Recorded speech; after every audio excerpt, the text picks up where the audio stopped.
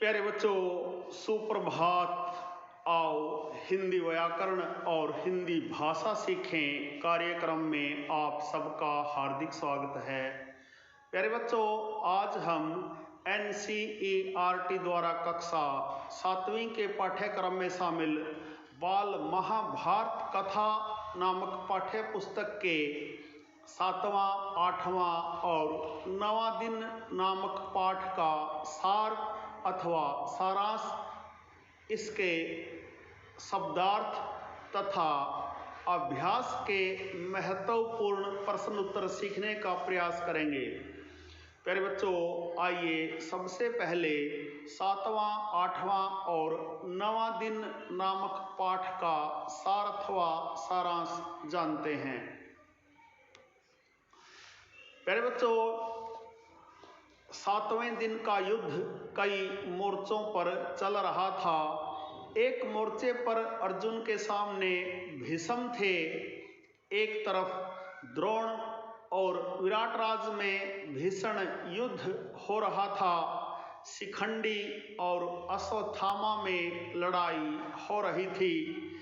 एक स्थान पर धृष्टद्युम्न और दुर्योधन में युद्ध चल रहा था।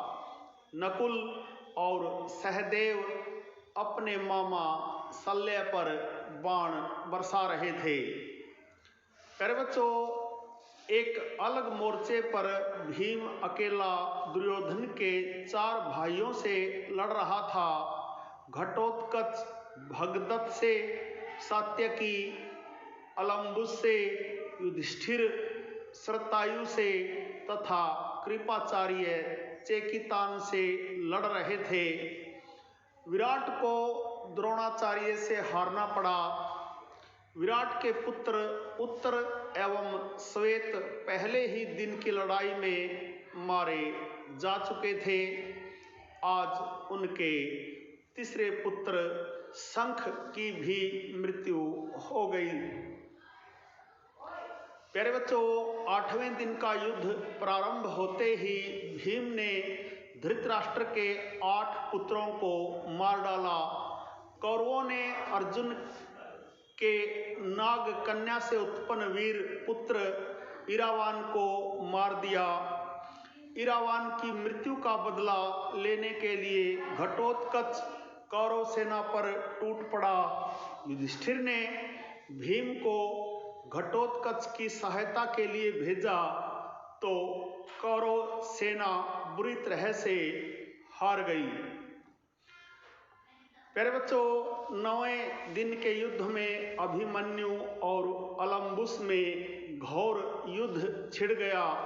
भीष्म ने पांडवों की सेना को काफी नुकसान पहुंचाया।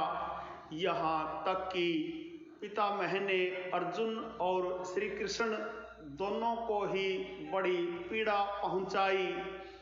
थोड़ी देर में सूर्यास्त हुआ और उस दिन का युद्ध बंद कर दिया गया।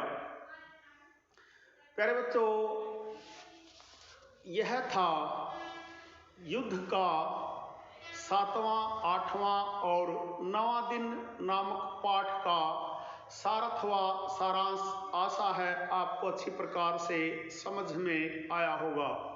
प्यारे बच्चों, किसी भी पाठ, निबंध, कविता, कहानी आदि का सार अथवा सारांश यदि आपको अच्छी प्रकार से समझ में आ जाता है तो आप उस पाठ, निबंध, कविता, कहानी आदि पर आधारित प्रश्नों के उत्तर आसानी से दे सकते हैं। इसलिए सार अथवा सारांश को समझना अति अनिवार्य है। आइए इस पाठ के शब्दार्थ भी जान लेते हैं। केंद्रित, एकत्रित, व्याप्त, फैला हुआ, खबर लेना, सामना करना, द्वंद्व, लड़ाई, हार खाना, पराजित होना, धावा, हमला, खेत रहना, मृत्यु को प्राप्त होना, दुर्गत, बुरी दशा। प्यारे बच्चों, आइए युद्ध का 7वां, 8वां और 9वां दिन नामक पाठ के अभ्यास के प्रश्न उत्तर भी सीखना प्रारंभ करते हैं। प्यारे बच्चों, पहला प्रश्न देखिए। कुमार शंख की मृत्यु कब हुई? प्यारे बच्चों, 7वें दिन के युद्ध में कुमार शंख की मृत्यु हुई। प्रश्न नंबर 2 देखिए, 8वें दिन के युद्ध में भीमसेन ने धृतराष्ट्र के कितने बेटों का वध किया?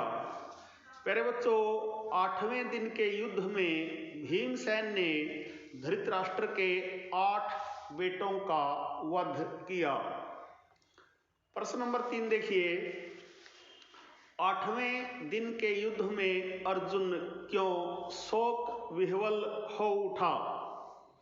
प्यारे बच्चों, 8वें दिन के युद्ध में एक ऐसी घटना हुई कि जिससे अर्जुन शोक विह्वल हो उठा। उसका लाडला, साहसी और वीर बेटा इरावान, जो एक नाग कन्या से पैदा हुआ था, उस दिन उसका वध हो गया। प्रश्न नंबर 4 देखिए, इरावान की मृत्यु का भीमसेन के पुत्र घटोत्कच पर क्या प्रभाव पड़ा? प्यारे बच्चों, भीमसेन के पुत्र घटोत्कच ने जब देखा कि इरावान मारा गया तो उसने इतने जोर से गर्जना की कि जिससे सारी सेना थर्रा उठी।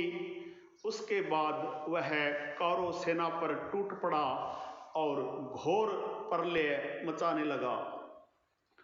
प्रश्न नंबर 5 देखिए, 9वें दिन के युद्ध का संक्षेप में वर्णन कीजिए।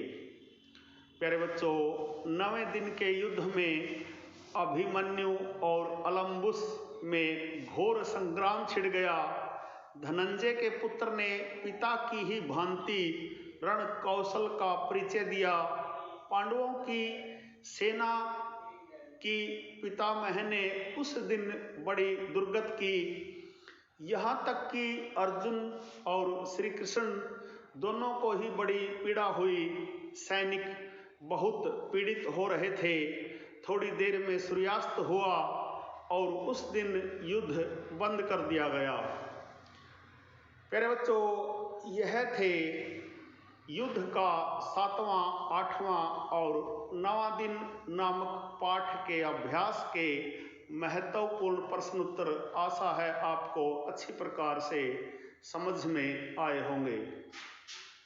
प्यारे बच्चों, 7वां, 8वां और 9वां दिन नामक पाठ का सार अथवा सारांश, इसके शब्दार्थ तथा अभ्यास के महत्वपूर्ण प्रश्न उत्तरों पर आधारित आज का यह छोटा सा वीडियो यदि आपको पसंद आए, समझ आए, तो इस वीडियो को लाइक, कमेंट और ज़्यादा से ज़्यादा शेयर ज़रूर करें ताकि अन्य विद्यार्थी भी इसका फ़ायदा उठा सकें।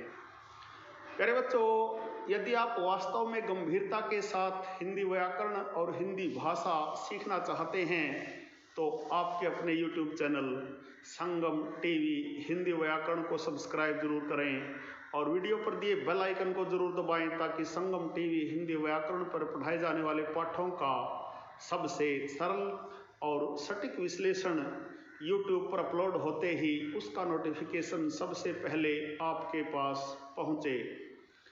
प्यारे बच्चों, खुश रहें, मस्त रहें, योगा करें, स्वस्थ रहें, आपका दिन मंगलमय हो।